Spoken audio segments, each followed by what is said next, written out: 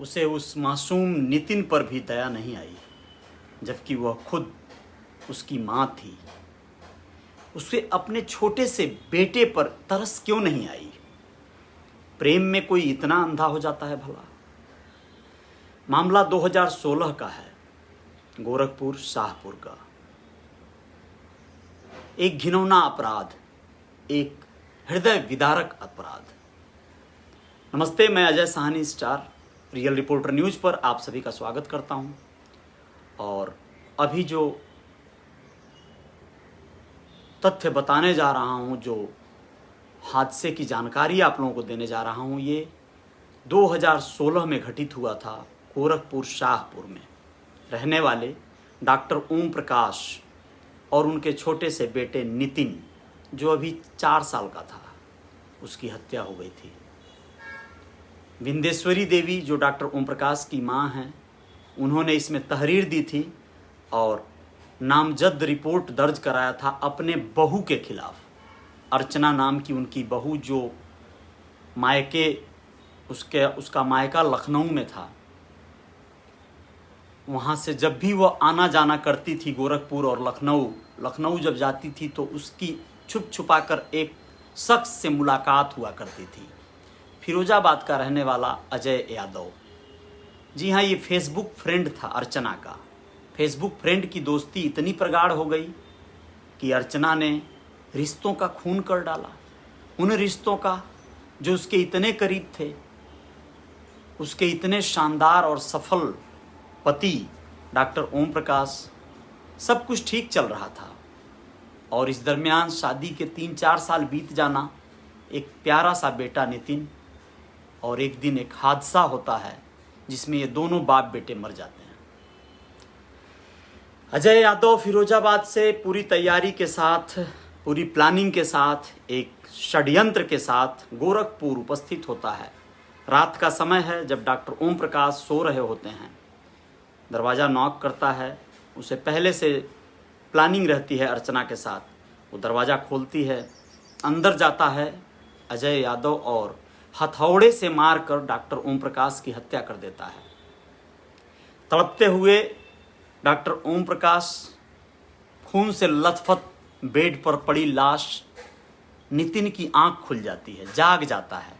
मारे डर के वो अपनी माँ की गोद में छुप जाता है। लेकिन इसके बाद आप लोग जानना चाहेंगे उस नितिन के साथ क्या हुआ। उस माँ ने अपने ही हाथों से उसका गला घोंट कर हत्या कर दिया, अपने छोटे से बच्चे का, और फरार हो गए।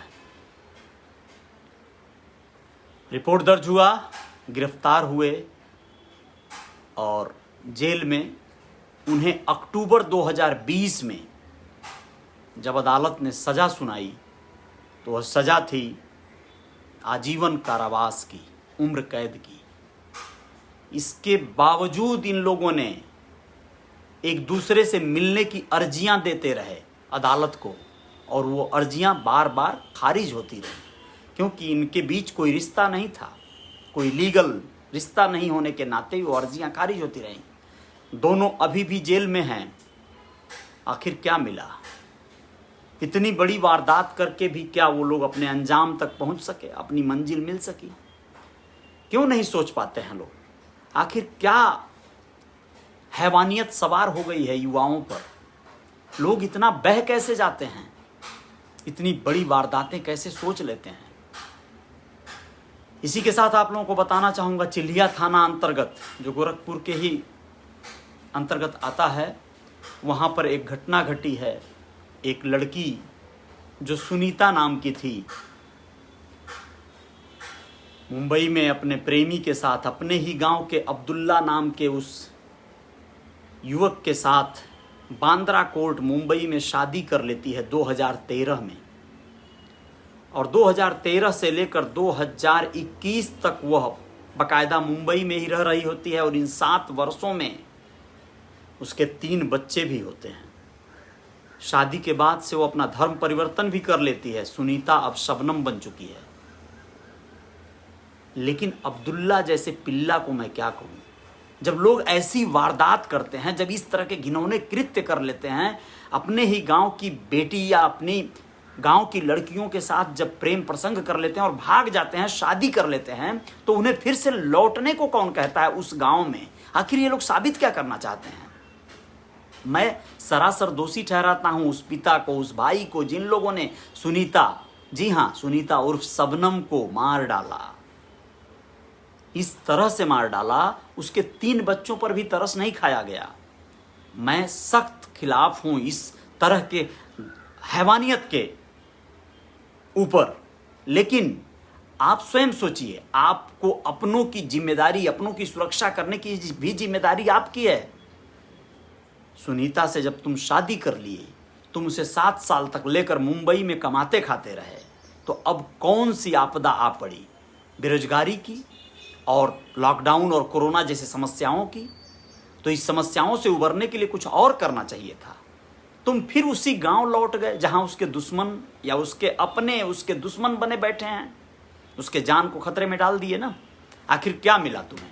लेकर गए लेकिन तुम उसे खो दिए, या तो तुम उसे खोना चाहते थे? क्या चाहते थे? सुनीता 1 माह पहले मुंबई से गांव लौटी थी और गांव में रहने लगी थी। उसका पति अब्दुल्ला मुंबई वापस आ गया था कमाने, जी हाँ, और सुनीता अपने गांव में रह रही थी। इस पूरे वारदात में जानते हैं क्या हुआ है? एक विवाद हुआ है। सुनीता को मौका देखकर उसके भाई, उसके पिता ने अपने हाथों से मार डाला है। पत्थरों से सर कूंच कर मारा गया है। उसके बाद उसकी लाश को ले जाकर उसके ससुराल के यानी अब्दुल्ला के घर के सामने पटक दिया गया। तहरीर देने तक कोई नहीं गया, यानी किसी के तरफ से इस पर कोई कंप्लेन नहीं दर्ज कराई गई है। पुलिस प्रशासन पहुंचा, खबर पाकर पूरे गांव में अफरा तफरी मच गई और पुलिस प्रशासन का कहना है कि कोई तहरीर दी नहीं गई है, जबकि पिता यानी उस लड़की सुनीता का पिता सामने आकर बोला है, मेरे कलेजे को अब ठंडक मिली है, मैंने मारा है अपनी बेटी को, मैं नहीं चाहता था कि दूसरे धर्म के या किसी भी ऐसे लड़के से शादी करके मेरी बेटी मेरे ही गांव में रहे। यह जानबूझकर यानी उसे आफत में डालने का काम किया है उसके उस पति ने। क्या जरूरत थी? जब तुम उसे लेकर इस तरह भाग सकते हो तो फिर भागे रहो ना भैया। तुम्हें अधिकार क्या कहा जाए? यह बिल्कुल सब कुछ ठीक है, तुम कोर्ट मैरिज कर लिए, तुम बालिग थे, सब सही है, लेकिन तुम खतरों को झेलने के लिए काबिल नहीं थे ना। अब तो कई परिवार तबाह हो गए, वो तो मरी, वो लोग जेल जाएंगे, उसके बच्चे अनाथ हो गए। कौन जिम्मेदार है इसका? हैवानियत की हद हो जा रही है। मेरठ से एक खबर और आई है। मेरठ में एक युवती अपने प्रेमी के साथ भाग जाती है। उसके पिता, उसके भाई किसी तरह सुराख पता लगाते हुए मथुरा से उसे ढूंढ निकालते हैं। प्रेमी छोड़ के भाग जाता है। लड़की पकड़ी जाती है मथुरा स्टेशन पर। लड़की को लेकर लोग आते हैं। घर पे समझाने बुझाने का क्रम जारी रहता है। लड़की उनसे बाकायदा लड़ती है, जूझती है अपने माता पिता भाई सबसे। उसका भाई इस बीच एक षड्यंत्र बनाता है और वो षड्यंत्र इस तरह का है कि वो तमंचा अपने दोस्त से एक असलहा खरीद लेता है, अवैध असलहा, और बहन को समझाने का क्रम चल रहा होता है। बहन अपनी जिद में है, अपने हठ पे अड़ी है। इसी बीच कल के रात की वारदात है। वो उसके कमरे में जाता है और उसके गर्दन पर सटाकर गोली मारता है, तुरंत ऑन द स्पॉट मौत। ये अपराध लोग जो किए जा रहे हैं, इसके पीछे का एक अलग दुनिया है, एक अलग साइकोलॉजी है, एक अलग प्रवृत्ति बन गई है। ये ह्यूमन नेचर बन गया है। जब कोई लड़का इस तरह का घिनौना कृत्य करता है तो उसे कोई कुछ नहीं बोलता है। एक लड़की जब ऐसा कुछ करती है तो फिर उसके जान के दुश्मन 100 बन जाते हैं। यह जो समाज में भेदभाव है, यह कब मिटेगा समझ नहीं आता। लड़की और लड़का किया तो कोई बात नहीं भाई, वो उसे बख्श देना है या वो कर सकता है। माता पिता को कोई शर्मिंदगी बहुत ज्यादा नहीं होती है। तो भाई बेटियां अगर ऐसा कुछ कर रही हैं तो क्या, किस बात से इतना ज्यादा शर्मिंदा हो रहे हो आप? जो भी हो, इस तरह के कृत्य कुछ भी जो प्रेम प्रसंग, ये वो हत्याएं, ये बिल्कुल नहीं होने चाहिए।